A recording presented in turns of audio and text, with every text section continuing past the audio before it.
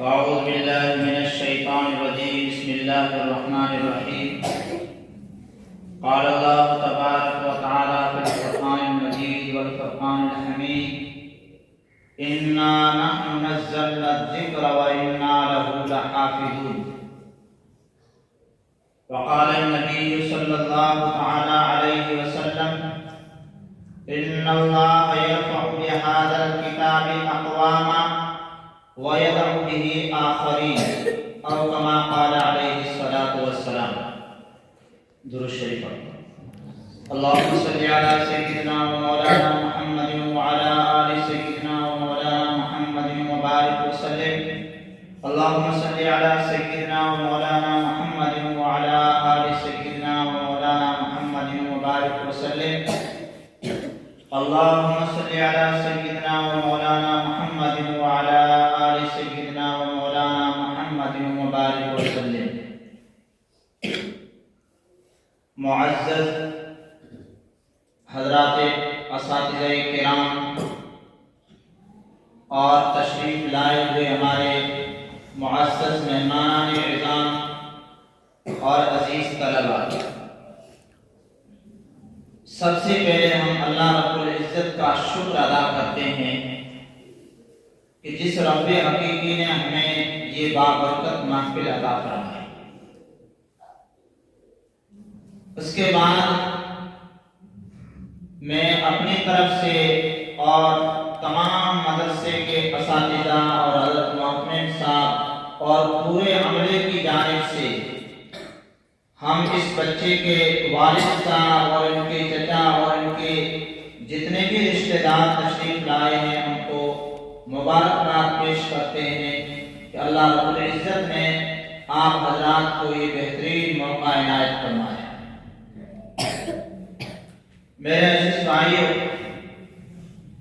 اللہ رب العزت نے پوری دنیا کی کامیابی، صرف ہماری نہیں پوری دنیا کی کامیابی اللہ نے قرآن کریم میں رکھی.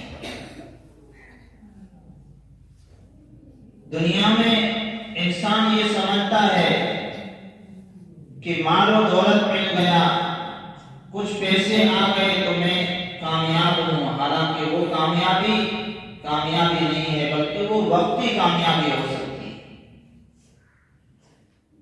جب پیسے ہوں گے تو چند لوگ اس کے پاس میں جو پیسوں کے پجاری ہیں وہ اس کی عزت کرتے ہوئے نظر آئیں گے. اگر کوئی کرسی ہے، کوئی عہدہ ہے، تو جب تک کرسی ہے تب تک وہ عزت کریں گے. جیسے ہی کرسی چلی جائے گی یا پیسے چلے جائیں گے وہ لوگ اس کی طرف مڑ کر بھی نہیں دیکھیں. اور قرآن کریم کے ذریعے سے ملنے والی عزت وہ عزت ہے جو صرف دنیا میں نہیں بلکہ کل قیامت کے دن میدان حشر میں اس کو کامیاب کر کے جنت میں پہنچانے والی ہے. فرمایا کہ یہ کامیابی جو قرآن کریم سے جو جڑے ہوئے ہیں، یہ کامیابی معمولی کامیابی نہیں ہے، بلکہ دنیا دار لوگ جن کے پاس پیسے ہیں جب تک وہ زندہ رہیں گے لوگ ان کی دولت کی وجہ سے، ان کے شہرت کی وجہ سے یاد کریں گے. لیکن جو قرآن کریم سے جڑے ہیں اور جو علم حدیث سے جڑے ہیں، جب تک یہ قرآن کریم پڑھا جاتا رہے گا اور اللہ کے نبی صلی اللہ علیہ وسلم کی حدیثیں پڑھی جاتی رہیں گی، اس وقت تک یعنی قیامت تک ان علماء کا نام زندہ رہے گا. ہاں، جب بھی عالم جو ہے حدیث بیان کرے گا تو اپنے استاد کا نام لے گا اور استاد کے استاد کا نام لے گا، پھر جو ہے اللہ کے نبی صلی اللہ علیہ وسلم کی حدیث کو بیان کرے گا. تو گویا کہ استاد اگرچہ قبر میں جا چکا ہے لیکن وہ علمی اعتبار سے اس کے سامنے زندہ ہے. اور یہ قرآن اور حدیث قیامت تک باقی رہنے والے ہیں. جب تک باقی رہیں گے ان علماء کا تذکرہ ہوتا رہے گا. آپ اندازہ لگائیے کہ حضرت مولانا قاسم نانوتوی رحمۃ اللہ علیہ جنہوں نے ایک چھوٹا سا ادارہ کھولا تھا، ایک طالب علم اور ایک استاد لیکن آہستہ چل چل کر وہ ادارہ کتنا بڑا ہوا کہ پوری دنیا میں آج اس کا سکہ جو ہے چل رہا ہے۔ اور حضرت نانوتوی رحمت اللہ علیہ نے جس ادارے کی بنیاد رکھی تھی، اس کی شاخیں، اس کی ڈالیاں آج پوری دنیا میں پھیل چکی ہیں۔ آپ اندازہ لگائیے کہ حضرت نانوتوی رحمت اللہ علیہ کو دنیا سے تشریف لے گئے قریباً آج 150 سال ہو رہے ہیں، لیکن آج بھی ان کا نام جو ہے اس مجلس میں جو ہے زندہ ہے اور لیا جا رہا ہے۔ میرے عزیز بھائیوں، قرآن کریم کو حفظ کرنا یہ معمولی چیز نہیں ہے۔ اللہ رب العزت جس بچے سے، جس بندے سے راضی ہوتا ہے، جس ایمان والے سے راضی ہوتا ہے، اللہ رب العزت اس کے سینے میں، اس کے دل پر قرآن کو نقش فرما دیتا ہے۔ قرآن کریم کو حفظ کرنا کوئی معمولی بات نہیں ہے بچوں۔ دنیا میں کوئی ایسی کتاب نہیں ہے کہ جس کے 10 صفحے کے بھی جو ہے حافظ ہے۔ یہ تو 850 صفحات ہیں۔ اتنے سارے صفحات کو سینے میں محفوظ کرنا یہ اللہ کی مدد کے بغیر ہرگز نہیں ہو سکتا ہے۔ اللہ رب العزت جب مہربانی فرماتے ہیں تو وہ طالب علم جس نے عربی کبھی پڑھی نہیں ہے، جیسے ایک کے طلبہ ہیں تو انہوں نے جو ہے عربی نہیں پڑھی، عربی کی کوئی کتاب نہیں پڑھی ہے، لیکن قرآن کریم 30 پارے ہیں، 30 پارے بغیر عربی پڑھے ہوئے وہ بچہ اپنے سینے میں عربی کو محفوظ کر لیتا ہے۔ یہ قرآن کا معجزہ نہیں تو اور کیا ہے؟ عزیز بچوں، قرآن کریم یہ وہ کتابیں ہیں جو قیامت تک رہنے والی ہے، اور قرآن سے جو جڑے گا اللہ رب العزت قیامت تک اس کو باعزت بنا دے گا۔ یہ آج قرآن کے حافظ ہوئے ہیں، ہم یہ کہتے ہیں کہ قرآن کے حافظ ہیں، نہیں بلکہ قرآن آج ان کا حافظ بن گیا ہے۔ اب جب تک یہ زندہ رہیں گے قرآن ان کی حفاظت کرتا رہے گا، ان کی جو ہے عزتیں بڑھتی چلی جائیں گی۔ قرآن کریم وہ کتاب ہے کہ جس کو مٹانے کے لیے دنیا میں کتنی کوششیں کی گئی، لیکن آج تک 1450 سال ہو گئے ہیں، جیسا اترا تھا آج بھی اسی شکل میں، اسی جو ہے حروف کے ساتھ، انہیں حرکتوں کے ساتھ اور انہیں نقطوں کے ساتھ میں موجود۔ حضرت مولانا سید طلحہ صاحب دامت برکاتہ فرماتے ہیں کہ چند سال پہلے لکھنؤ میں ایک عیسائیوں کی کانفرنس ہوئی، جس میں الگ الگ ملکوں سے عیسائیوں کے وقت آئے۔ ان کی میٹنگ جب مکمل ہوئی، کانفرنس مکمل ہوئی، تو انہوں نے کہا کہ لکھنؤ میں جو مشہور چیزیں ہیں وہ دیکھنی چاہیے۔ تو کسی ساتھی نے کہا کہ یہاں پر ایک اسلامی ادارہ ہے، ندوۃ العلماء کے نام سے ایک بڑا ادارہ مدرسہ چلتا ہے، ہماری چاہت ہے کہ ہم اس کو بھی دیکھ کر آئیں۔ ساتھی تیار ہو گئے۔ جب وہ مدرسے جو ہے پہنچے، حضرت مولانا رابع صاحب حسنی رحمت اللہ علیہ اس وقت حیات تھے۔ حضرت کو اطلاع دی گئی کہ عیسائیوں کا ایک بہت بڑا وقت یہاں پر مدرسے کو دیکھنے کے لیے آیا ہے۔ تو حضرت نے فرمایا کہ تم لوگ ان کو دکھا دو، تم لوگ انگلش جانتے ہو، ان کو ساری رہبری کر دینا۔ تو انہوں نے مدرسے کے کمروں کو دیکھا، درسگاہوں کو دیکھا، دیکھتے دیکھتے آخر میں وہ مسجد پہنچے۔ تو کیا دیکھتے ہیں کہ مسجد میں قرآن کریم یعنی حفظ کی درسگاہیں لگی ہوئی ہیں، بچے پڑھ رہے ہیں، ہل رہے ہیں۔ تو ان میں سے ایک عورت نے پوچھا کہ ہم جو ہے پوری درسگاہیں دیکھ کر آئے، بچوں کو دیکھ کر آئے، وہ بچے جو ہے شانت بیٹھے ہوئے تھے، کوئی ہل نہیں رہا تھا، کوئی لکھ رہا تھا، کوئی پڑھ رہا تھا، لیکن یہ بچے ہل کیوں رہے؟ عموماً جو ہے حفظ کرنے والے بچے جو ہیں بہت زیادہ ہلتے ہیں۔ کیوں ہلتے ہیں وہ حافظ صاحب ہی بتا سکتے ہیں کہ کیوں ہلتے ہیں، ہم تو حافظ ہیں کہ کیا بتا سکتے ہیں۔ تو فرمایا کہ اس عورت نے کہا کہ یہ بچے کیا کر رہے ہیں؟ تو جو ترجمان تھے انہوں نے کہا کہ یہ بچے قرآن کریم کو حفظ کر رہے ہیں۔ کہا کہ حفظ کا کیا مطلب؟ تو فرمایا کہ یہ بغیر دیکھے یاد کر رہے ہیں۔ اچھا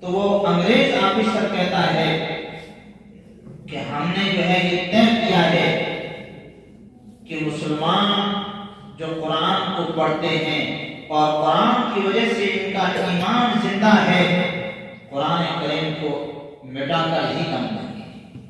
اور یہ نسخے جو پریس میں چھپتے ہیں اور بازار میں آتے ہیں، ہم مہنگے روپیوں کے ذریعے سے ان کو خرید لیتے ہیں اور خرید کر پھر دریائی جہاز میں ان کو رکھ کر اور دریا کے اندر جو ہے ڈالتے ہیں، اس طریقے سے ڈالتے ہیں کہ یہ نسخے باہر پانی میں نہیں آنے چاہیے، ان کے ساتھ میں وزن رکھا جاتا ہے تاکہ وہ اندر ہی رہے۔ تو چند سالوں تک ہم ایسا کام کریں گے تو قرآن کے نسخے ختم ہو جائیں گے اور مسلمان کے پاس قرآن نہیں رہے گا، تو یہ مسلمان جو ہے ایمانی اعتبار سے کھوکھلا ہو جائے گا۔ تو وہ مزدور جو ملازم مسلمان تھا وہ ہنسنے لگا، تو وہ انگریز آفیسر کہتا ہے کہ بھائی تم ہمارا مذاق اڑا رہے ہو، تو کہا کہ نہیں، مذاق نہیں اڑا رہا ہوں، میں تمہارے جو ہے عقل پر اور تمہاری سمجھ پر ہنس رہا ہوں۔ بھائی کیا بات؟ تو کہنے لگے وہ مسلمان جو ملازم تھا اس نے کہا کہ اس بات کا جواب تمہیں جو ہے 2-3 دن میں مل جائے گا۔ وہ اپنے گھر گیا اور اپنے معصوم بچے کو، 12 سال کا بچہ تھا، اس کو ساتھ میں لے کر آیا۔ تو انگریز آفیسر کہتا ہے کہ تم نے کہا تھا کہ 2-3 دن میں جواب دے دیں گے، جواب نہیں دیا تم نے، تو کہا کہ یہ بچہ جو بیٹھا ہے یہ جواب دے گا۔ تو وہ انگریز آفیسر اور زیادہ غصے ہو گیا کہ تم تو ہمارا جو مذاق کر رہے ہو، تو کہا نہیں، مذاق نہیں کر رہا ہوں، یہی بچہ جواب دے گا۔ تو کہا کہ یہ جواب کیا دے گا؟ تو مسلمان ملازم کہتا ہے کہ قرآن کے جو نسخے رکھے ہوئے اس میں سے جو ہے تم قرآن ایک لے کر آؤ۔ اس زمانے کے جو انگریز ہوتے تھے، قرآن کو مٹانے کے لیے ان کو قرآن سکھایا جاتا، قرآن مٹانے کے لیے سکھایا جاتا تھا۔ آج کا مسلمان قرآن کی حفاظت کے لیے قرآن نہیں پڑھتا ہے، وہ انگریز قرآن کریم کو مٹانے کے لیے قرآن پڑھتا۔ آپ اندازہ لگائیے۔ تو مسلمان ملازم کہتا ہے کہ اب اس بچے سے آپ سوال کرو۔ 5-6 جگہ سے جو ہے اس نے سوالات کیے، بچے نے پر جو ہے جواب دے دیے۔ اس انگریز آفیسر نے جو ہے سب کو جمع کیا اور کہا کہ دولت برباد کرنے کی ضرورت نہیں ہے۔ کیوں؟ یہ بچے جو ہے قرآن اپنے سینوں میں لے کر بیٹھے ہیں، ان کے سینوں سے یہ قرآن کیسے نکالا جا سکتا ہے؟ عزیز بچوں، اللہ رب العزت نے ہمیں یہ جو ہے موقع عنایت فرمایا ہے۔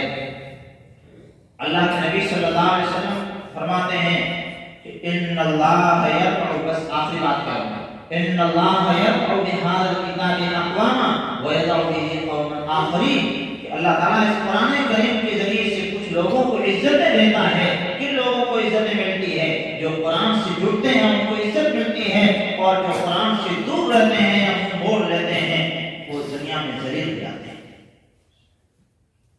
امام مسلم رحمۃ اللہ علیہ نے اس واقعے کو نقل کیا ہے کہ حضرت عمر رضی اللہ تعالیٰ عنہ جس وقت امیر المومنین تھے، اس وقت اسفان کے علاقے میں جانا ہوا وہاں کے حالات معلوم کرنے کے لیے، تو مکہ المکرمہ کے گورنر نافع بن عبد الحارث وہاں پر موجود تھے۔ تو حضرت امیر المومنین رضی اللہ تعالیٰ عنہ نے حضرت عمر رضی اللہ تعالیٰ عنہ نے ان سے پوچھا کہ تم یہاں کیوں آئے؟ تو انہوں نے کہا کہ کچھ جو ہے کام تھا، اس وجہ سے آیا ہوں۔ تو حضرت نے فرمایا کہ تم نے اپنا نائب کس کو بنایا ہے؟ وہاں پر کس کو ذمہ داری دے کر آئے ہو؟ تو کہنے لگے کہ ابن حمزہ۔ ابن حمزہ کون ہے؟ تو کہا کہ وہ پہلے ہمارے غلام تھے اور اب ہم نے ان کو آزاد کر دیا ہے، ان کو ذمہ داری دی۔ کہا کہ بھائی غلام کو تم جو ہے اتنی بڑی ذمہ داری دے کر آئے؟ تو نافع نے فرمایا کہ اصل میں وہ قرآن کے جانکار ہیں، قرآن کے قاری ہیں اور میراث کے مسائل کو جاننے والے ہیں، اس وجہ سے ان کو یہ اتنی بڑی ذمہ داری دی گئی ہے۔ حضرت عمر رضی اللہ تعالیٰ عنہ نے فرمایا کہ بے شک اللہ کے نبی صلی اللہ علیہ وسلم نے سچ فرمایا کہ اللہ رب العزت اس قرآن کے ذریعے سے کچھ لوگوں کو عزتیں دیتا ہے، غلام ہو کر بھی وہ نائب جو ہے گورنر بنا۔ کتنی ساری باتیں ہیں. اب ہمارے پاس جو ہے وقت کی قلت ہے، ساتھی بھی جو ہے تھوڑی دیر کر کے تشریف لے آئے، ہو سکتا ہے کہ ان کا کام رہا ہو. بس آخری بات میں کہہ دوں، اللہ رب العزت آپ لوگوں کو جو یہ موقع عنایت فرمایا ہے، آپ بڑے جو ہے خوش نصیب ہیں. اس بچے کی ذمہ داری ہے اور والدین کی ذمہ داری ہے کہ یہ قرآن کریم قیامت تک یعنی مرتے دم تک اس کے سینے میں محفوظ رہے اور یہ بچہ قرآن کی تلاوت کرتا رہے. یہ والدین کی ذمہ داری ہے تاکہ کل قیامت کے دن جب میدان حشر سجے گا تو اس وقت فرمایا کہ قرآن کا جو حافظ ہے اس کے والدین کے سروں پر سونے کا تاج پہنایا جائے گا، چمکتا ہوا تاج پہنایا جائے گا. تو لوگ جو ہے حیران رہ جائیں گے کہ یہ لوگ تو جو ہے کوئی بڑے لوگ نہیں تھے، ان کے پاس تو اتنی بڑی نیکیاں نہیں تھی، آخرکار ان کو جو ہے اتنا مقام اور اتنی عزت کیوں دی جا رہی ہے؟ تو جواب آئے گا کہ ان کا بچہ قرآن کا حافظ ہے، اس وجہ سے اللہ رب العزت نے آج ان کو اتنی عزت دی. فرمایا کہ قرآن کا حافظ ایک عالم دین 70 لوگوں کی سفارش کرے گا، یعنی ان کی وہ شفاعت کر سکتا ہے. اور قرآن کا حافظ 10 لوگوں کی جن پر جہنم واجب ہو چکی ہو ان کو وہ جنت میں لے جا سکتا ہے. لیکن کن لوگوں کی وہ شفاعت کرے گا، کن لوگوں کی سفارش کرے گا؟ رشتہ داروں میں سے. تو حضرت بڑے پیر صاحب فرماتے ہیں کہ جن لوگوں نے، جن رشتہ داروں نے قرآن کے حافظ کو محبت کی نگاہ سے دیکھا یا اس کا تعاون کیا، مدد کی، اس کی حوصلہ افزائی کی، اس کی ہمت بڑھائی، اس کے والد کو جو ہے حوصلہ دیا اور شاباشی دی کہ تم بہت اچھا کام کر رہے ہو، ان رشتہ داروں کی قرآن کا حافظ کا قیامت کے دن سفارش کرے گا. اور جن لوگوں نے، جن رشتہ داروں نے بیچ میں جو ہے رکھنا ڈالا کہ بھئی تم جو ہے بچے کو مدرسے میں پڑھا کر کیا کرو گے، بڑا ہوگا تو یہ چندہ کرے گا اور کیا کرے گا، اس سے اچھا ہے تم جو ہے اسکول میں پڑھا دو، بچہ جو ہے انجینئر بن جائے گا، ماسٹر بن جائے گا. اس طریقے کی جنہوں نے باتیں کی، کل قیامت کے دن وہ اس بچے کی سفارش کے حقدار نہیں بنے. تو میں واپس جو ہے اس بچے کے جو والد صاحب ہیں اور چچا جان احسان بھائی ہمارے معزز اور مکرم، ہم آپ کو جو ہے تہہ دل سے جو ہے مبارکباد پیش کرتے ہیں. اللہ رب العزت ہماری ان محبتوں کو قرآن کریم سے قیامت تک باقی رکھے. اور جتنے بھی یہ جو ساتھی آئے ہیں وہ بھی ارادہ کریں کہ انشاءاللہ ہم اپنے ایک بچے کو ضرور قرآن کا حافظ بنائیں. اللہ تعالیٰ ہمیں جو ہے عمل کرنے کی توفیق عطا فرمائے. آمین یا رب.